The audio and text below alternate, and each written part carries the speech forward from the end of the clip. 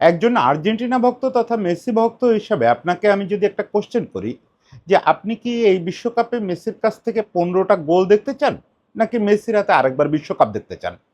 খুব জটিল প্রশ্ন না? কারণ 15টা গোল যদি মেসি করেই ফেলতে পারে এই বিশ্বকাপে, তাহলে তার টোটাল বিশ্বকাপ গোল সংখ্যা এমন একটা জায়গায় চলে যাবে যেটা আসলে ধরাছোঁয়ার বাইরে। এমবাপ্পের পক্ষে ওই চ্যালেঞ্জ নেওয়াটা কঠিন হবে। আবার গোল্ডেন বুটটা জিতে ফেলবে। মোটামুটি নিশ্চিত করে বলা যায় যে 15টা গোল যদি মেসি করে, আরও কেউ 15 টপকাবে, এটা খুব একটা সম্ভব না। কিন্তু বিশ্বকাপ, বিশ্বকাপ এটার বিনিময়ে বিশ্বকাপ, এটা আপনি মানতে চাইবেন? মেসি নিজে কিন্তু বহুবার বলছে সে তার সমস্ত ব্যালন ডি'অরের বিনিময়ে হলেও একটা বিশ্বকাপ জিততে চায়। এখন একটা বিশ্বকাপ তো জেতা হয়ে গেছে। তাহলে আপনি কোন দিকে পা বাড়াবেন? আপনি কি মেসির হাতে গোল্ডেন বুট দেখতে চাইবেন, তার পায়ে 15টা গোল দেখতে চাইবেন নাকি আরেকটা বিশ্বকাপ দেখতে চাইবেন? একটা ডিলেমা না? আগামীকালকে ভোরবেলায় যখন আর্জেন্টিনা খেলতে নামবে, ভোরবেলায় মানে আমাদের সকাল ৮টায়, তখন খানিকটা এই ডিলেমার মধ্যেই স্কালোনি শুরু করবেন। না, আগামীকালকের ম্যাচটা খেললেই যে মেসি বিশ্বকাপ থেকে ছিটকে যাবে বা না খেললেই যে বিশ্বকাপ জিতে যাবে এর কোনোটাই ঠিক না। আবার খেললেই যে 15 গোলের পথে অনেক দূর আগায়া যাবে তাও ঠিক না। কিন্তু ডিলেমাটা খুব কাছাকাছি। আগামীকালকে জর্ডানের বিপক্ষে একটা ডেড রাবার। এই ম্যাচটায় জেতা, হারা কোনো কিছুতে কিছু যায় আসে না। কিন্তু মেসির খেলার একটা দারুণ উপযোগিতা আছে। এই ম্যাচটায় জর্ডানরে আমরা যেরকম চিনে অভ্যস্ত, তাতে নামলে মেসির যে স্রোতে আছে ২-৩টা গোল আসলেও আসতে পারে।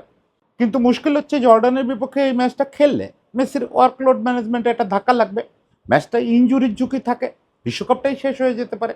সেটা তো যেকোনো ম্যাচে হতে পারে। কিন্তু এরকম একটা অগুরুত্বপূর্ণ ম্যাচে আমরা কেন এই ঝুঁকি নিব? তাহলে মেসির খেলা না না খেলা, কোন পক্ষে আপনি থাকবেন?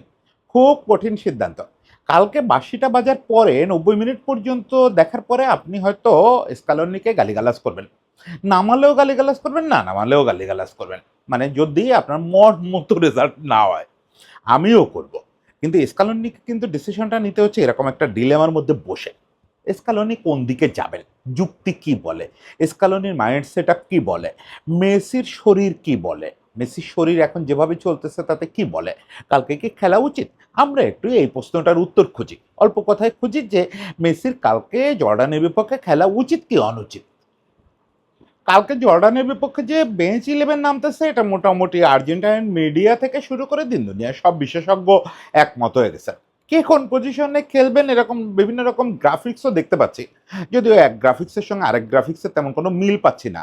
স্টিল এটা বোঝা যায় যে সবাই মিলে যেহেতু এটা বলতেছেন তার মানে এই পারেদেস প্যালাসিওস এদেরকেই আমরা কালকে দেখব। আর তারপরে বারকোকে দেখবো, অনেককে দেখবো যারা হয়তো লোপেসকে দেখবো আমরা স্ট্রাইকার হিসেবে দেখতে পারি, যারা হয়তো বিশ্বকাপে আর কোনো ম্যাচে স্টার্টার নাও হইতে পারে।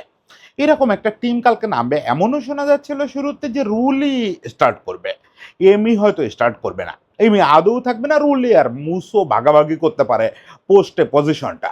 পরে আবার দেখলাম টিওয়াইসি বলতেছে যে না, এমি খেলবে, কারণ এমির খেলার দরকার। এমি ওই আঙুলের ইঞ্জুরিটা থেকে ফেরার পরে মেলা ম্যাচ খেলে নাই তো, ফলে তার ম্যাচ খেলা দরকার, এই জন্য এমি বলছে এমি খেলতে চায়। ওকে, কিন্তু মেসির ক্ষেত্রে কি হবে? মেসির ক্ষেত্রে কি হবে এই কোশ্চেনটা আজকে আর্জেন্টিনার একজন সিনিয়র জার্নালিস্ট, ৯১ বছর বয়সী একজন জার্নালিস্ট, উনি এই প্রশ্নটা করছিলেন। ভদ্রলোকের নাম হচ্ছে মাকায়া মার্কুয়েস। উনি কেম্পেসকে বিশ্বকাপ জিততে দেখছেন, সেটা কাভার করছেন। এই মেক্সিকোতে ম্যারাডোনাকে বিশ্বকাপ জিততে দেখছেন, সেটাও কাভার করছেন। এই আবার মেসির বিশ্বকাপ কাভার করছেন কাতারে, আবার এবার বিশ্বকাপ করতে আসছেন, দীর্ঘকাল ধরে বিশ্বকাপ কাভার করতেছেন। উনি আর্জেন্টিনায় একটা ফাদার ফিগার, শুধু সাংবাদিকদের কাছে না, ফুটবলারদের কাছে, কোচদের কাছেও।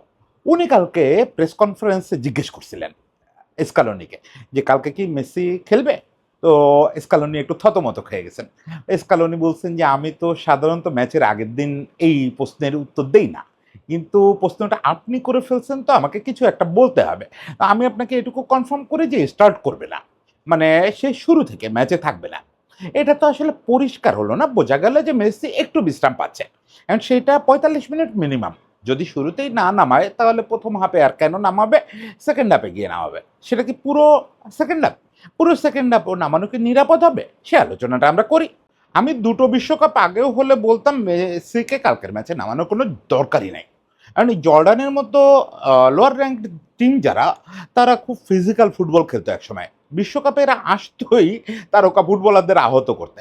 কিন্তু এবার আমি দেখলাম যে এই যে সো কল্ড ছোট দলগুলো এরা অনেক টেকনিক্যাল ফুটবল খেলতেছে। টেকনিক্যালি এত ডেভেলপ হয়েছে আফ্রিকার টিমগুলো থেকে শুরু করে সব ছোট টিমগুলোর অনেক উন্নতি হয়েছে। অনেক বেশি প্রেস করে এটা ঠিক, একটু ফিজিক্যাল মনে হয়, কিন্তু ওটা ফাউল প্লে না। ফলে সরাসরি ঝুঁকিটা কম। কলম্বিয়ার বিপক্ষে হইলে আমি বলতাম যে একদম না, না। নৈবচর, নৈবচর। মেসিকে নামানো যাবেই না। কিন্তু জর্ডানের যা খেলার হাইলাইটস দেখলাম, আমি ম্যাচ দেখি নাই একটাও। তাতে মনে হয় না যে বিশাল ঝুঁকি আছে। স্টিল ভাই ফুটবল, তারপরে প্রেসিং আছে ব্যাপক পরিমাণে, একটু তো ফিজিক্যাল। জর্ডান টিমটা একটু তো ফিজিক্যাল। ফলে ঝুঁকি তো থাকেই। আর ভাই ফিজিক্যাল কেন? আপনি যদি ব্রাজিলের বিপক্ষে খেলা হয়, ব্রাজিল তো ফ্লুইডের মতো ফুটবল খেলবে। তাও তো পড়ে গিয়েও ইনজুর্ড হইতে পারে। ফলে মাঠে নামা মানেই ৩৯ বছর বয়সী একটা মানুষের জন্য বিরাট ঝুঁকি। আর সেটা যদি হয় ডেড রাবার, সেটাতে কেন নামাবো? আমার পুরো বিশ্বকাপটা সামনে পড়ে আছে, টার্গেট তো ফাইনাল আমার, টার্গেট তো ট্রফি। তাহলে এরকম ডেড রাবারে নামানোর অর্থটা কি? এখান থেকে কি অ্যাচিভ করতে চাই? আর এবারের এই ভুতুড়ে নিয়মের কারণে প্রায় সব গ্রুপে শেষ ম্যাচের আর কোনো অর্থ নাই। শেষ ম্যাচের আগেই নিশ্চিত হয়ে গেছে মোটামুটি যে ফার্স্ট, সেকেন্ড কারা হচ্ছে। থার্ড, দ্বিতীয় স্থান নির্ধারণীর অপেক্ষায় যারা আছে তাদের কাছে এই ম্যাচটার কারো গুরুত্ব আছে। যারা চ্যাম্পিয়ন রানার আপ তাদের কাছে আর কোনো গুরুত্ব নেই, কারণ ওই গোল ডিফারেন্সে চ্যাম্পিয়ন রানার আপ আর ঠিক হবে না। ওটা অলরেডি ঠিক হয়ে গেছে হেড টু হেডে। আর্জেন্টিনা গ্রুপ চ্যাম্পিয়ন হয়ে গেছে। কালকে যদি ১০-০ গোলে হারে, ৫০-০ গোলে হারে, তাও আর্জেন্টিনা গ্রুপ চ্যাম্পিয়ন। এখন তাহলে সাধারণ হিসাব বলে মেসির নামানোর দরকার নেই, ঝুঁকি নেওয়ার দরকার নেই রে ভাই। যদি পা ভেঙে দেয়, যদি রাউন্ড অফ 32 না খেলতে পারে, যদি রাউন্ড অফ 16 না খেলতে পারে, একটা ঝুঁকি নেওয়ার দরকার নেই। বয়সটা তো ৩৯। এই সময় সামান্য টোকাও রীতিমতো বুলেটের আঘাতের মতো হইতে পারে। তাহলে সিদ্ধান্ত সহজ? না, সিদ্ধান্ত সহজ না। যখন আপনি মেসি ভক্ত, তখন আপনি টিভির সামনে বসবেন তো মেসির পা থেকে আরেকটা গোল দেখার জন্য। আপনি ২ ম্যাচে ৫ গোল পেয়ে গেছেন, এটা যে প্রচন্ড অপ্রত্যাশিত, এটা তো আমরা মেসি ভক্ত হিসাবে মনে রাখবো না। কালকে যখন খেলা শুরু হবে তখন তো নতুন করে আরেকটা হ্যাট্রিক দেখতে চাইবো। আমরা তো চাইবো যে স্কালোনি কথা থেকে সরে আসুক, একবারে স্টার্টার হিসাবে মেসি মাঠে থাকুক। জর্ডানের মতো টিম যতই মুখে যাই বলি না কেন, লোয়ার রং টিম দেখলেই তো একটা লোভ তৈরি হয় যে মেসি নামলে বোধহয় হ্যাট্রিক মেরে দিবে, ৪টা ৫টা মেরে দিবে। এই লোভ কিভাবে আমরা সামলাবো?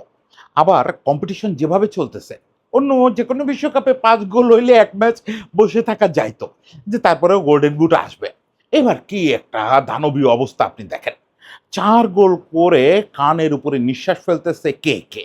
মানে যদি নবাগত কেউ হতো বলতাম যে ৪ গোলের পরেও আর গোল করতে পারবে না, ভুলে যাবে। কিন্তু আপনি ছেলেগুলোর নাম দেখেন, এরা সবাই ফাইনাল পর্যন্ত দৌড়ানোর জন্য আসছে। এমবাপ্পে, দেমবেলে, ভিনিসিয়াস জুনিয়র প্রত্যেকে ৪টা করে গোল। হালান্ডেরও ৪ গোল, আমি ধরে নিলাম যে হালান্ড খুব বেশি দূর তার নরওয়ে নিয়ে যাবে না। তারপর ভয় তো আছে, যেকোনো একটা ম্যাচেই তো হালান্ড অবশ্য লাস্ট ম্যাচটা রেস্ট নিছে, একটা বাঁচোয়া, তা না হলে লাস্ট ম্যাচে দেখা যেত মেসিরে টপকায় গেছে। এই যে একটা চরম ফাইট চলতেছে, এখানে একটা ম্যাচ রেস্ট নেওয়া যায়, তাহলে ফাইট থেকে পিছায় আসবে না? বিরাট ডিলেমা, বিরাট ডিলেমা।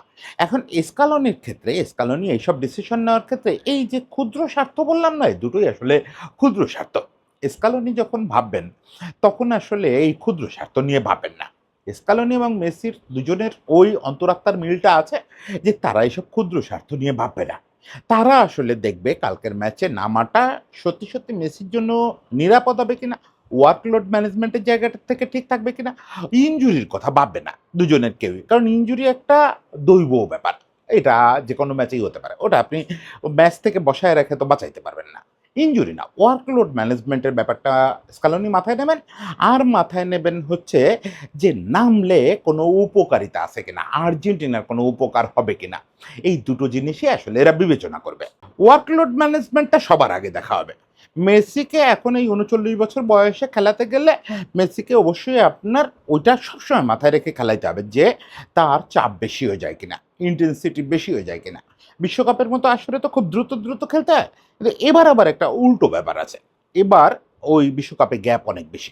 বিশেষত প্রথম রাউন্ডে ম্যাচগুলো খেলার পরে অনেক দলেরই রাউন্ড অফ 32 ম্যাচটা আসতে অনেক দেরি। গ্যাপটা অনেক লম্বা। এই জিনিসটা ওয়ার্কলোড ম্যানেজমেন্টে নেগেটিভ আসর ফেলে। যেমন কালকে যদি মেসি একটু মাঠে না নামে, তাহলে আপনি জানেন যে মেসির লাস্ট ম্যাচ আর রাউন্ড অফ 32 ম্যাচটা যেটা কেপ ভার্দের বিপক্ষে খেলবে আর্জেন্টিনা, এই দুটো ম্যাচের মধ্যে গ্যাপ হবে কত দিনের? ১১ দিনের। এটা আবার ৩৯ বছর বয়সী একটা মানুষের জন্য ক্ষতিকর, ঝুঁকিপূর্ণ ব্যাপার। ১১ দিন আপনি ম্যাচের বাইরে থাকতে পারবেন না। যতই প্র্যাকটিসে ম্যাচ সিচুয়েশন প্র্যাকটিস করেন না কেন, ম্যাচ খেলতে হবে তো। সিজনের মধ্যে ১১ দিন রেস্ট নেওয়া যায় নাকি? এটা তো খেলোয়াড়ের জন্য ক্ষতিকর। একটা ২৫-২৬ বছর বয়সী তরুণ মানায় নিতে পারে। কিন্তু ৩৯ বছর বয়স্ক একটা লোক, তাকে খেলার টাচে থাকতে হবে। ১০ মিনিট ৫ মিনিট হলেও কম্পিটিটিভ খেলায় নামতে হবে। ১১ দিন টানা খেলার বাইরে থাকা যাবে না। মানে আমাদের সাধারণ চিন্তা হচ্ছে যে ওয়ার্কলোড ম্যানেজমেন্ট মানেই বিশ্রাম। আসলে কিন্তু তা না। আপনি যখন একজন ফিজিওর জায়গা থেকে দেখবেন, একজন ডাক্তারের জায়গা থেকে দেখবেন, সে বলবে যে না, ওয়ার্কলোড ম্যানেজমেন্ট মানে পরিশ্রমও বটে। আপনি যখন ৩৯ বছর বয়স, তখন আপনি টানা ১১ দিন কম্পিটিটিভ ম্যাচের বাইরে থাকলে আপনার ওয়ার্কলোড ম্যানেজমেন্টে বাজে প্রভাব পড়বে। আপনি নেক্সট যে ম্যাচ খেলবেন, ওই ম্যাচটা একটু ম্যাচ আনফিট অবস্থায় মাঠে নামবেন। তার মানে মেসিকে কালকে খেলতে হবে ম্যাচ ফিটনেসের জন্য। এটা একটা ব্যাপার, আর ওই ঝুঁকিটা আসলে ওভারলুক করবে স্কালোনি। এখন কথা হচ্ছে যে খেলাটা কি দরকার? মেসির জন্য দরকার? মেসির জন্য দরকার কিনা মানে রেকর্ডে মেসির জন্য দরকার কিনা, এটা মেসিও মাথা ঘামাবে না, স্কালোনিও মাথা ঘামাবে না। এটা মোটামুটি নিশ্চিত থাকতে পারেন। সামনে গোল্ডেন বুট থাক, গোল্ডেন বল থাক, ১৫ গোল থাক, ২০ গোল থাক, কিচ্ছু নিয়ে এরা দুজন মাথা ঘামাবে না। আমরাও এটা নিয়ে হা হুতাশ করতে পারি। কিন্তু এরা শুধুমাত্র আর্জেন্টিনার প্রয়োজন আর ওয়ার্কলোড ম্যানেজমেন্টের প্রয়োজন। এছাড়া মাঠে নামার আর কোনো কারণ বের করবেন না কালকে। আর আর্জেন্টিনার কোনো প্রয়োজন নাই। কালকে ওই যে যেটা বললাম ৫০ গোলে হেরে গেলেও কিছু যায় আসে না। ফলে মেসির নামাটা আর্জেন্টিনার জন্য দরকার না। শুধুমাত্র মেসির ওই কম্পিটিটিভ ম্যাচে থাকার জন্য দরকার। এখানে লোকটা মেসি বললে আবার একটু বাড়তি ব্যাপার আছে। সেটা হচ্ছে যে মেসি লম্বা সময় কম্পিটিটিভ বল টাচ ছাড়া থাকলে ফ্যাটিগে ভোগে।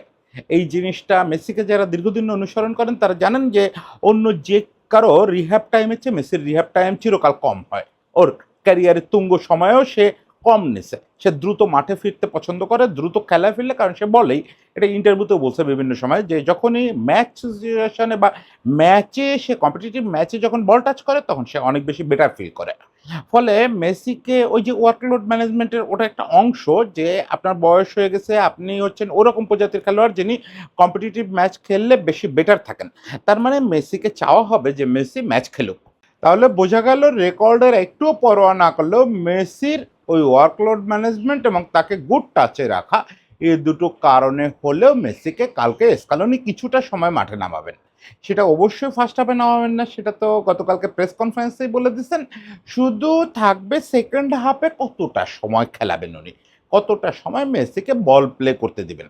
এটা মোটামুটি নিশ্চিত থাকতে পারেন যে কাল যে হ্যাটট্রিক কি হবে, অল্প সময় নামলেও কে জানে। মেসি তো অদ্ভুত পরিস্থিতিতেও গোল করে ফেলতে পারে, আবার নাও হতে পারে। তবে আমরা প্রত্যাশা করব যে ওইটুক সময়ে মেসি মাঠে অন্তত বিনোদন দেন। হ্যাটট্রিক না হোক, ২ টো গোল না হোক, ১ টা গোল না হোক, ওইটুক সময় অন্তত দেখতে বসাটা যেন সার্থক হয়।